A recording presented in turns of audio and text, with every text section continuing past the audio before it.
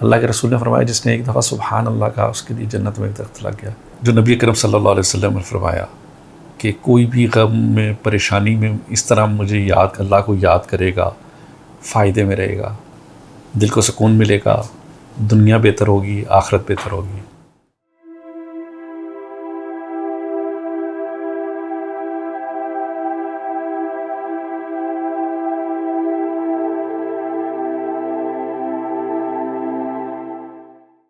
السلام علیکم، بسم اللہ الرحمن الرحیم، اللہم صلی علی محمد وعلی آل محمد وبارک وسلم.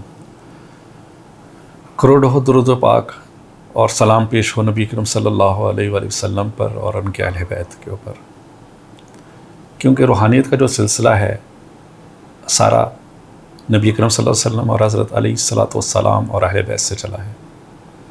باقی کسی سے روحانیت کا سلسلہ اس طرح نہیں چل پایا جو کہ ان کے وسیلے سے، ان کے توسل سے. کچھ لوگ وسیلے کے قائل نہیں ہیں، چلیں توکل کے تو سارے قائل ہیں.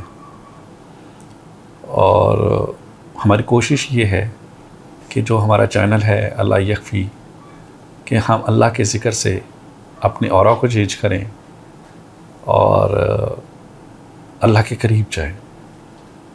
حالات آپ کے سامنے ہیں، ذکر اذکار جتنے پڑھیں گے، پیسے آئیں یا نہ آئیں، بیماری نہیں آئے گی، دل کو سکون ملے گا، دنیا بہتر ہوگی، آخرت بہتر ہوگی. اگر آپ لوگ اپنے حالات کا اندازہ لگائیں تو کبھی آپ سیرت نبی پڑھیں، سیرت اہل بیت پڑھیں تو انہوں نے کتنی تکلیفیں اٹھائی ہیں، اس کے مقابلے میں ہم بالکل زیرو ہے. اللہ ہمیں ان سے بچائے. وہ مالک تھے، وہ گزر سکتے ہیں، ہم نہیں گزر سکتے.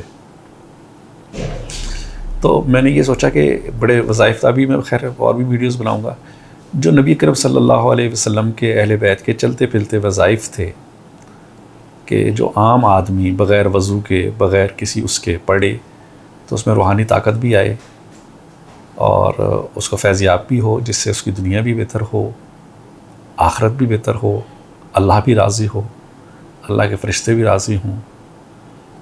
تو اس کو ہم کہتے ہیں چلتے پھرتے وظائف، اور وہ ہیں قرآن و سنت کے مطابق. ہمارے یہاں لڑائیاں پڑی ہوئی ہیں، کوئی باپوں کو مان رہا ہے، کوئی باپوں کو نہیں مان رہا. اس سے کسی کا کوئی تعلق نہیں.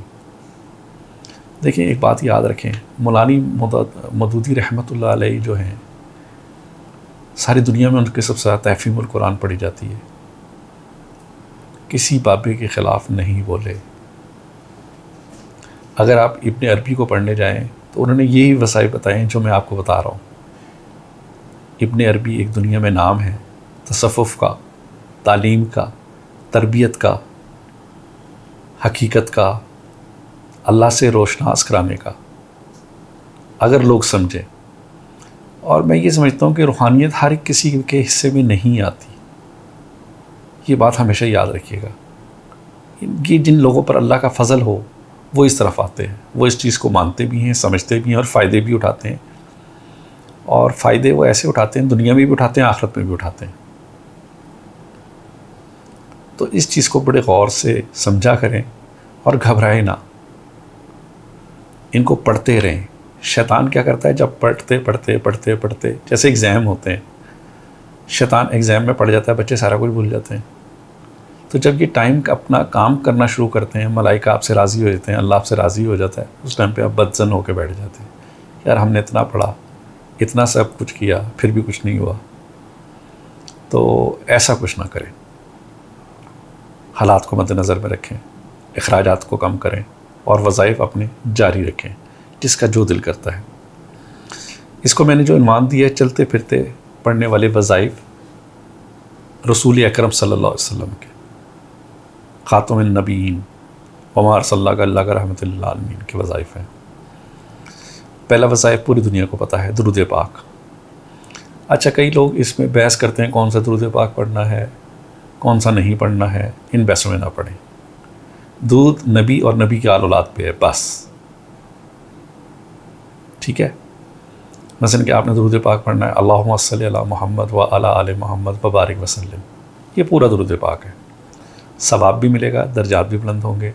اس کو کثرت سے پڑھیں، جب یاد آ جائے. موٹر سائیکل پہ بیٹھیں، موٹر سائیکل پہ یاد کریں. پھر دوسرا جو نبی اکرم صلی اللہ علیہ وسلم نے فرمایا کہ کوئی بھی غم میں پریشانی میں اس طرح مجھے اللہ کو یاد کرے گا فائدے میں رہے گا، نقصان میں نہیں جائے گا۔ اور کچھ نقصانات ایسے ہوتے ہیں جو آپ کو نظر نہیں آ رہے ہوتے، آپ کو وہی چیزیں نظر آئیں گی جو کہ دیوار سے آگے ہیں، جہاں تک آپ کی آنکھیں جا رہی ہیں، دیوار کے پیچھے آپ جائیں گے وہ آپ کو نظر نہیں آئے گا۔ دوسرا وصائف ہے یا حیو یا قیوم برحمتک استغیث، ٹھیک ہو گیا۔ اب ہمارا تیسرا ہے سبحان اللہ والحمد للہ، سبحان اللہ والحمد للہ۔ جتنے پریشان ہیں ہمت کر کے، شیطان سے بچ کے، سبحان اللہ والحمد للہ ایک تسبیح پڑھ لیں، 10 دفعہ پڑھ لیں، 20 دفعہ پڑھ لیں۔ دوسرا ہے ولا الہ الا اللہ واللہ اکبر، یہ بھی اللہ کے رسول صلی اللہ علیہ وسلم کا وظیفہ ہے، جب یاد آئے پڑھ لیں، پڑھیں ضرور، 10 دفعہ پڑھیں، رب کو پتہ لگے مجھے لوگ یاد کر رہے ہیں۔ چوتھا کمال جو اللہ کے رسول روزانہ 100 مرتبہ یا 101 مرتبہ پڑھتے تھے، استغفر اللہ ربی من کل ذنب واتوب علیہ۔ یہ اللہ کے رسول پڑھ رہے ہیں، ہم کس کھیت کی مولی ہیں، یا ہم کتنے پرہیزگار ہیں، یا کتنے ہم وہ ہیں، استغفر اللہ ربی من کل ذنب واتوب علیہ۔ پانچواں لا الہ الا اللہ، تیرے سوا کوئی نہیں، لا الہ الا اللہ، کوئی میری مدد نہیں کر سکتا، کوئی بابا مدد نہیں کر سکتا، کوئی فقیر مدد نہیں کر سکتا، تو ہی ہے۔ پھر اس کے بعد چھٹا حسبنا اللہ و نعم الوکیل، ساتھ میں توکل بھی اللہ پہ رکھنا ہے، حسبنا اللہ و نعم الوکیل۔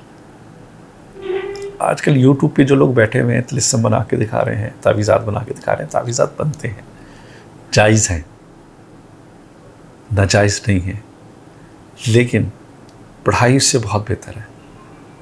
تعویذات میں تو اللہ چاہے گا تو قوت تاثیر پیدا کرے گا نا، لیکن پڑھائی کے اندر قوت تاثیر بھی ہوگی۔ اللہ کے رسول نے فرمایا جس نے ایک دفعہ سبحان اللہ کہا اس کے لیے جنت میں ایک درخت لگ گیا، تعویذ پیچھے رہ گیا۔ اس لیے کہ سورج گرہن میں یہ کیا کہتے ہیں طلسم بنا کے پہنے، اس سے آپ کا رزق بڑھے گا۔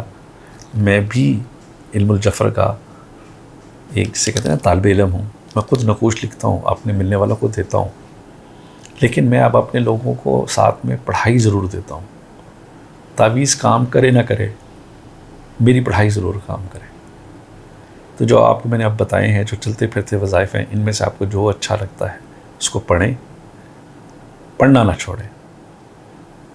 اور اس میں ایک سب سے بڑی بات یہ ہوتی ہے کہ جھوٹ کم سے کم بولیں، اخلاص رکھیں۔